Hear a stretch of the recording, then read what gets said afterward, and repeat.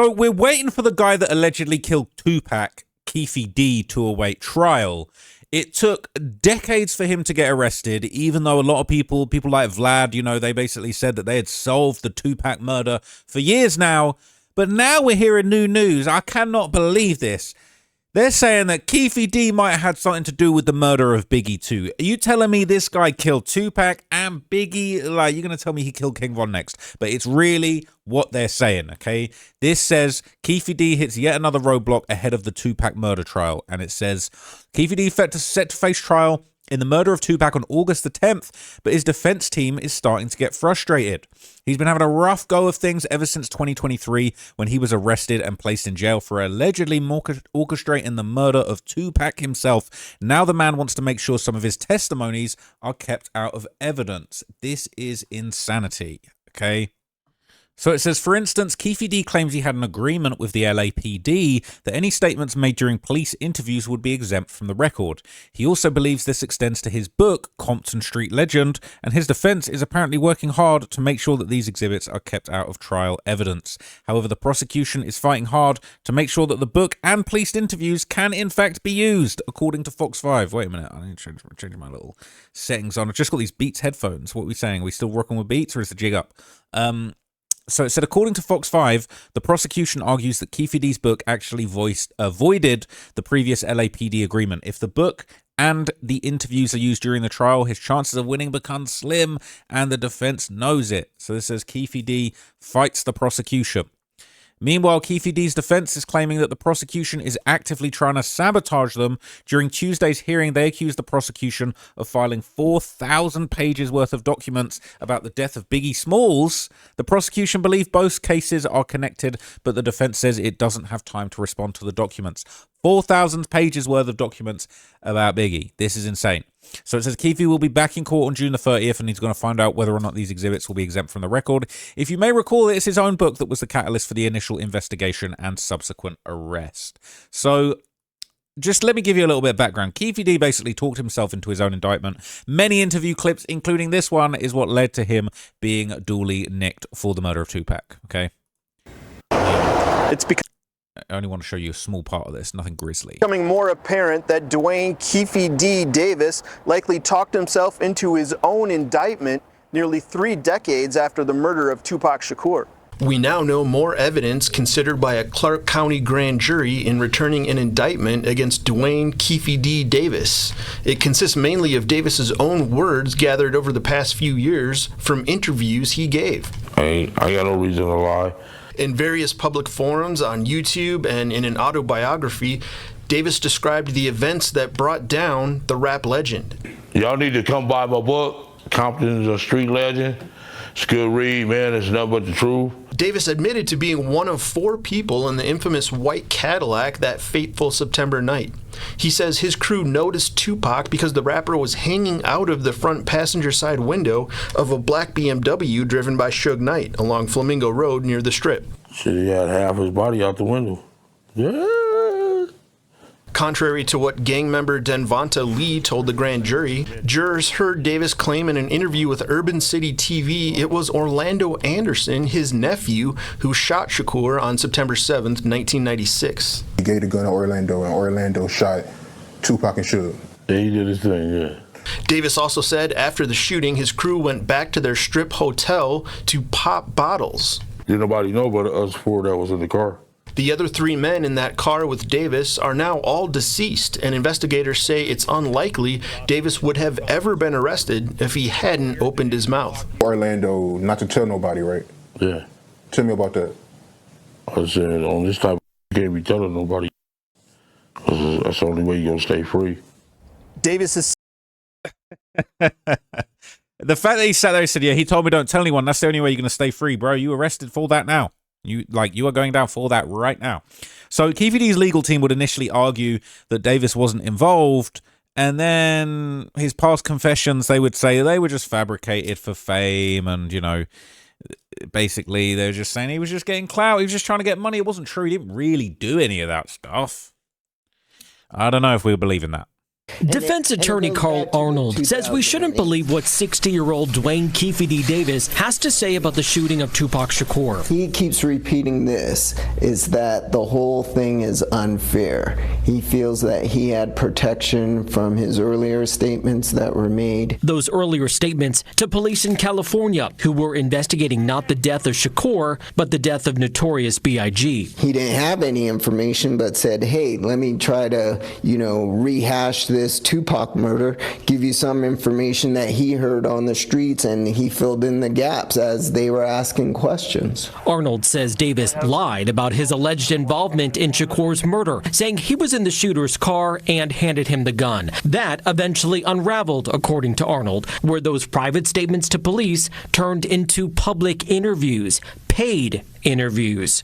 He's sitting over there, how come I didn't make any money on this? And now someone's presenting him with the opportunity to make some money, combined with, okay, he's looking at these are his last years of life. Let me tell my story. So isn't it kind of stupid to do that and then get hit with a murder charge?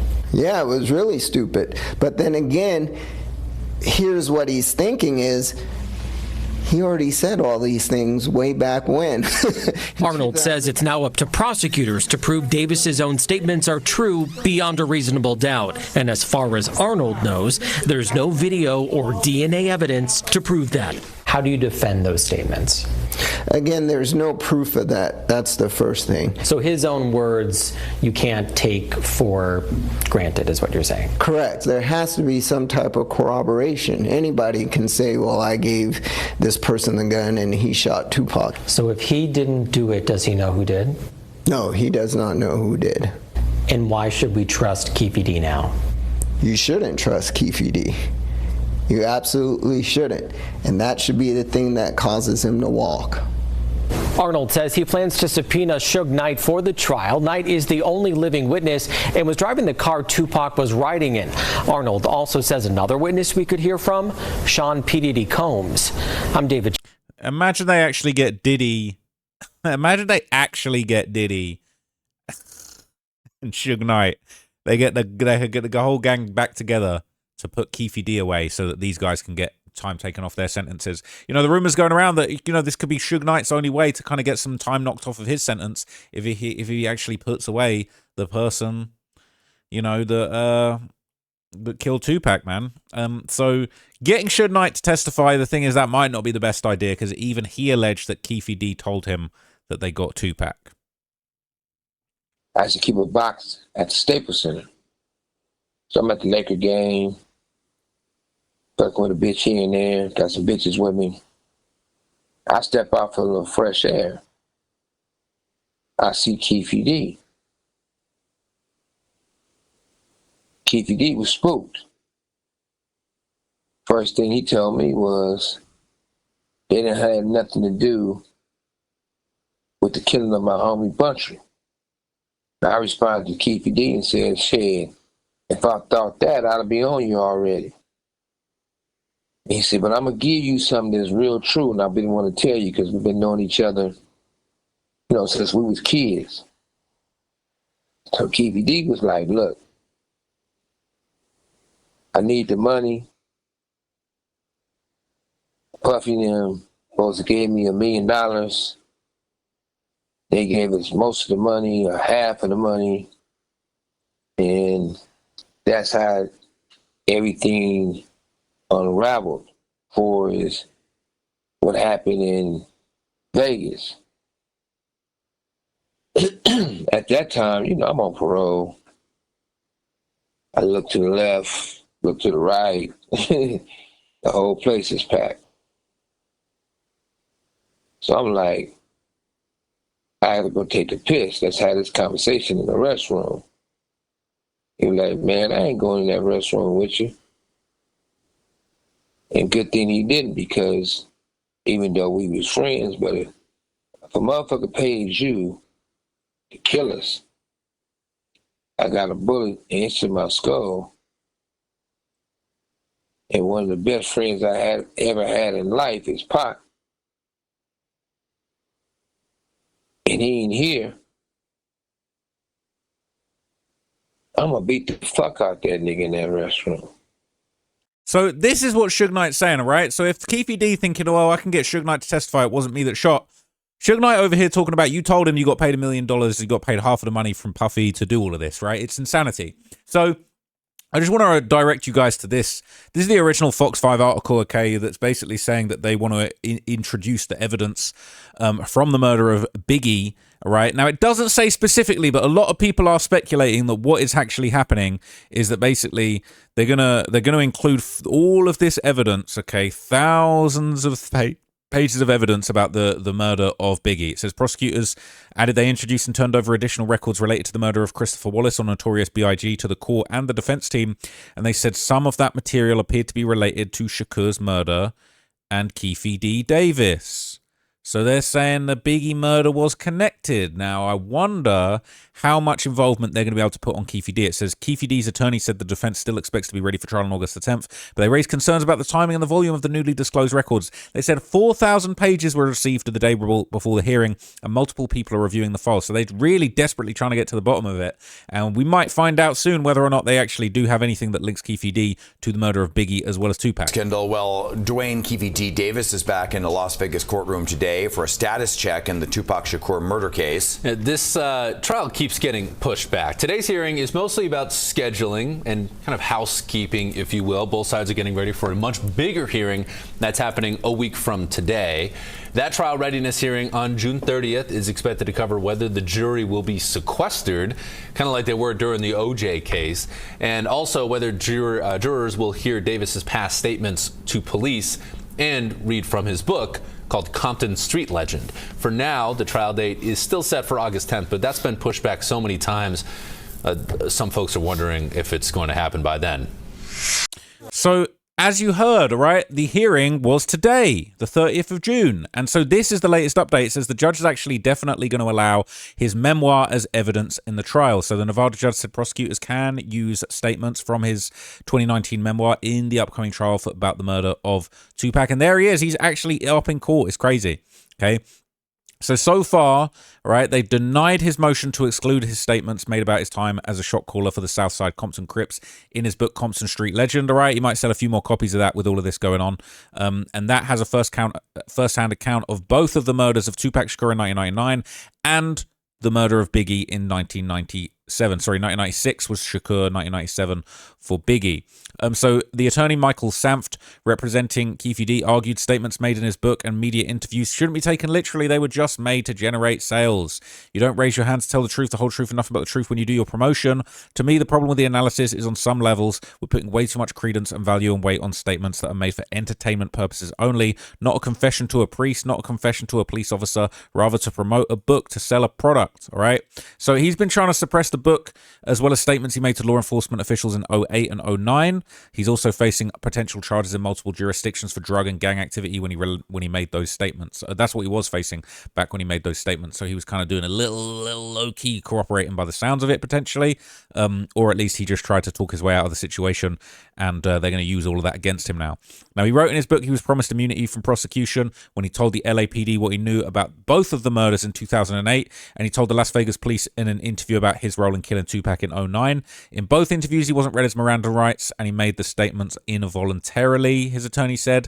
When you're making a statement like this, you're forced into the position, you're afraid of the consequences of saying no, and the consequences of what was happening here wasn't necessarily because Mr. Davis was praying for himself, but rather the threats were made against his family and his friends that was built up over time. They literally just sat and waited, and they just accumulated more and more information until they got Mr. Davis in a position where he was afraid. Keeney agreed at least in part about the involuntary nature of the 2008 statements.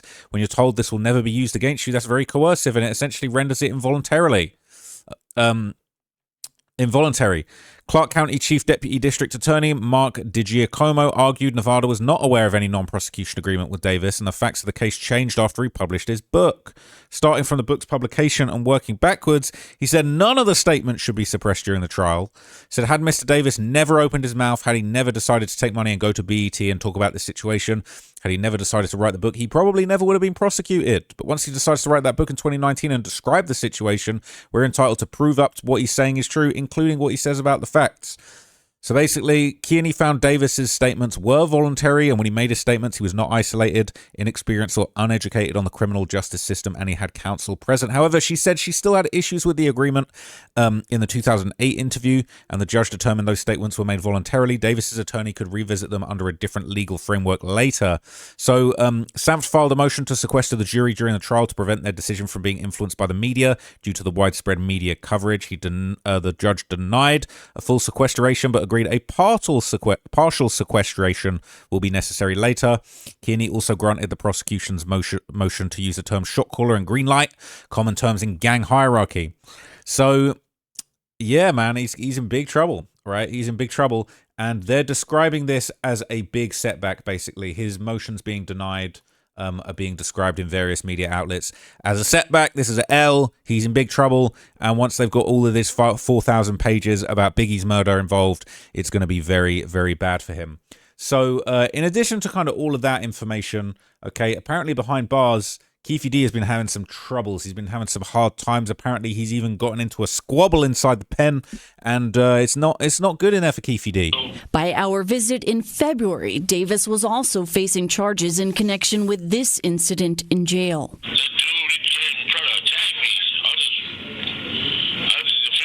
During each visit from September through as recent as Tuesday, Davis insists he'll soon be a free man. At the time of his arrest, Davis was living in Henderson, a grandpa by then who had fought cancer. Now he is charged in one of the most notorious murder cases in America. A jury trial is scheduled for early 2026. So it's not long, all right? And so there's been a lot of things going on. I believe he changed his lawyer at one point. That was quite a big thing. This comes up a little bit later in this video around here when he talks about switching his lawyers out. Innocent. Well, Dwayne Davis has repeatedly said that he handed a person the gun used to shoot and kill Tupac just right here off the strip nearly 30 years ago. Tonight, his attorneys say don't believe him because lying to the public isn't a crime. You don't think we should believe him? In reference to his claiming to have committed a murder that he did not know. Don't believe him in reference to that. 62-year-old Dwayne Davis's new attorneys say we shouldn't take their client's public statements about the murder of Tupac Shakur at face value. A grand jury indicting Davis 2 years ago for the rapper's 1996 murder. Now Robert Draskevich and Michael Pandulo are taking over. Draskevich most recently representing ex-politician Robert Tellis in his murder trial last year. Davis's case set for trial next winter. Usually cold cases that are brought many, many years later are brought on the basis of strong forensic evidence. DNA. So we don't have that here. What we know prosecutors have, Davis's own words, whether true or not. In a book published with a co-writer in 2019, Davis says he was in a group that followed Shakur that night, eventually leading to him handing a gun to the shooter. That, and other statements and interviews, leading prosecutors to bring the case to a grand jury. Did he write that book himself? Are those statements accurate? It's not a crime to claim that you did something that you didn't in fact do. Davis's history with police, both in Nevada and... So basically, right, they're saying he's been lying the whole time. He's just been capping the whole time. He's just spinning and weaving a fake story to just make some money, okay? It's hard to believe when it's like your back's up against the wall. Now you want to say it's all not true. But his lawyers have been trying their best to basically suppress any evidence that was seized from his home, which apparently included electronics and memorabilia about Tupac's death. With more, Kyle, why now? Brian, the murder trial for Dwayne Davis, best known as Keefe D, is coming right up this summer, and his new lawyer wants to get some of the evidence the state plans to use against him tossed as soon as he can. They have a right to their point of view. We have a right to ours, and nobody has a monopoly on the truth, or in this case, the facts. And some of those facts, Davis's attorney, Robert Draskevich, wants to clarify, as he did in this 24-page motion to suppress evidence that Metro Police seized in a nighttime search of Davis's home. Davis's lawyer writing the police didn't have good reason to break down Davis's door in the middle of the night, so to speak, and that this affidavit Metro showed a judge in order to get that warrant shouldn't have been enough for her to allow the nighttime search. The motion to suppress says the court was misled and that there was bad faith, meaning the judge should toss any evidence the police recovered that night. The 8 News Now investigator spoke with Draskovich earlier this year. We keep our eye on the ball. What we do is we lay out all the tasks that need to occur before the trial date, investigation that needs to occur, interviews that need to take place, subpoenas that need to be issued. We are just beginning that now. And now, this motion to suppress, accompanied by 186 pages of supporting documents, including a list of items the cops took from Davis's home after the search, like a USB drive, an iPhone, iPads, laptops, and other tablets. The second page showing the police also grabbed a copy of Vibe magazine on the murder victim, the rapper Tupac Shakur, a copy of the book Compton Street Legends, in which Davis is alleged to have confessed to the murder. District Attorney Steve Wolfson, back when Davis was arrested over 2 years ago, standing behind the evidence Davis is now challenging. This is an important case. We wanted to make sure we get it right. We wanted to make sure we had legally admissible evidence. We wanted to make sure that we felt comfortable that we had sufficient legal evidence. You know, if you're going to charge a person with murder, he has a right to believe that the system would only bring charges if there was sufficient legal evidence. Davis's attorney is no stranger to high-profile cases. Robert Draskovich just defended a former porn star who was convicted of beheading her ex-husband, and he represented disgraced politician Robert Tellis in his... That case was crazy. You got to go look that up in your own time. But basically, there's been a lot going on, okay? So last month in May, prosecutors alleged that Keefe D had already been bragging about the murder on a jail phone call. And this is him bragging about the killing in shocking audio, basically. Audio tapes allegedly capturing a man bragging about his involvement in Tupac's murder have surfaced and could become explosive trial evidence. Keefe D spoke about his role in the killing of Tupac on several recorded phone calls behind bars, according to a Las Vegas legal source. The alleged recordings are a new twist on the trial, with him pleading not guilty. They're going to introduce the tapes as evidence in the trial, so we will hopefully be hearing about those. I mean, they've got cameras in the courtroom, so we should be hearing everything that's going on with this. The district attorney's office believes Keefe admitted to being involved in the crime during a recorded prison phone call, insisting it was his First Amendment right to be able to talk about Tupac. It's not your First Amendment right to kill people and brag about it, though. It's the killing that is the problem. He apparently mentions his involvement in the murder along with intricate details about what happened while discussing potential film and TV projects related to the case. Well, he's now going to be in a bunch of TV reporting on the case, so that's interesting. Davis has publicly denied any role in the murder. All right, they're saying he's lied to get fame and fortune. This is all just one big ad for his book, really, isn't it? His lawyer has played down the significance of those alleged recordings that could surface at the trial, saying, here's the thing, at the end of the day, when the state of Nevada has to rely on that kind of info to prove their case beyond reasonable doubt, they've got a huge problem. I'm not sure they do. He says, I've seen the state before. They listen to phone calls, but it's sort of like, nah, we don't care. We don't need them.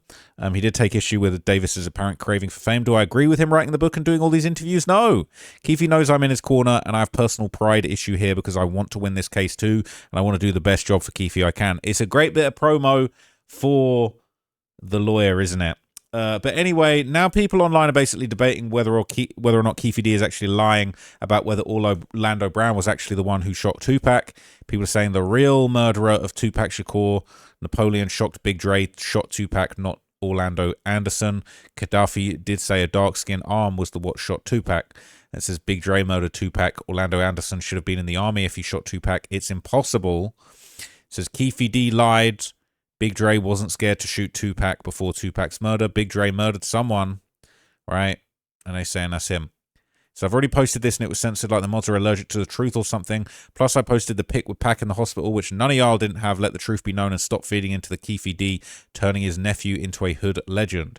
So the problem is it doesn't make sense. Then again, neither does Orlando leaning over Dre. Maybe the only likelihood is that Dre did it, then put credit on Orlando. But a counterpoint is the initial statements were that if it was a skinny arm based on the police reports, recollection nearly 30 years later isn't going to sway that. Says Orlando leaning over Dre isn't that far-fetched in my opinion. Dude gets beat up, then he's just going to let another dude handle his business. That doesn't sound right to me. People saying everyone in that vehicle was there with the intention to kill Pac. They all did it. So didn't Gaddafi say it was a big arm out the window? And Dre being on that side makes sense. People saying, I think Orlando did it. His facial expressions on that America's Most Wanted interview give it away, in my opinion. Says, I'm always shocked by the theories put out about who killed Tupac. No disrespect to OP. It was Big Dre or Orlando. There's a dude that just wrote a book about it, and he was doing an interview on YouTube 2 days ago that I saw. He interviewed a ton of Orlando's people and said there was no way he could have come back to Compton after getting beaten up by a rapper, Tupac or otherwise, and that's how he felt.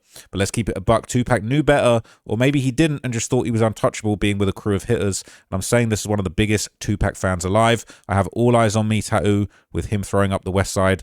But as I've gotten older and more mature, I've come to realize he had no MF in business to run up on Orlando. But it's easy for me to say that as a 46-year-old man. Pac was 25, and at 25, I was still getting in fights in the club for people stepping on my shoes, LOL. Orlando was a certified hitter. It's still fuck him, but the bottom line is Pac fuck with the wrong one. I think he was a target anyway. Diddy's hoe ass did have a bounty on Tupac and Suge making them targets, but Pac would have lived a lot longer if he kept walking and let them MOB dudes handle MOB business. Said if Keefe wanted to turn Baby Lane into a hood legend, he wouldn't have stopped saying Lane did it when he finally went public, beginning with his appearance on Death Row Chronicles. Respectfully, telling some cops and a Fed in a room that it was your nephew back in 2008, and then wanting to keep that to yourself once you go public with a story a decade later is the opposite of wanting to make Anderson a legend. For multiple reasons, I still believe it was Orlando Anderson that pulled the trigger on Tupac. People saying, same, Orlando did it. He was fucked in the head. Having to lean 3 foot to his left isn't going to stop him. All right. People saying Reggie Wright Jr. They say a photo of Pac in the hospital. You mean in the morgue? In that case, ain't no way. Is this going to be it? It's not safe for work. Hang on.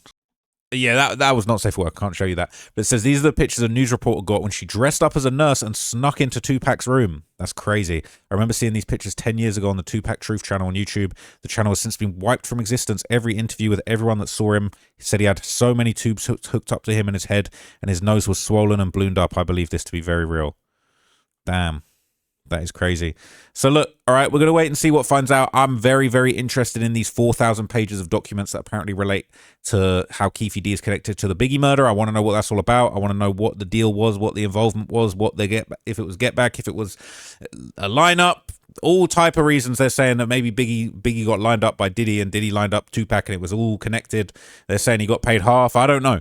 Okay, but I am very, very curious. I'm wondering, I might even have to go and check out the trial, man. I might have to pull up to Vegas and go check out this trial. This shit is crazy, okay? And it's happening in just over a month's time. So I'll keep you guys posted if I hear anything new about this. Thank you for watching this video. And for now, I'm out.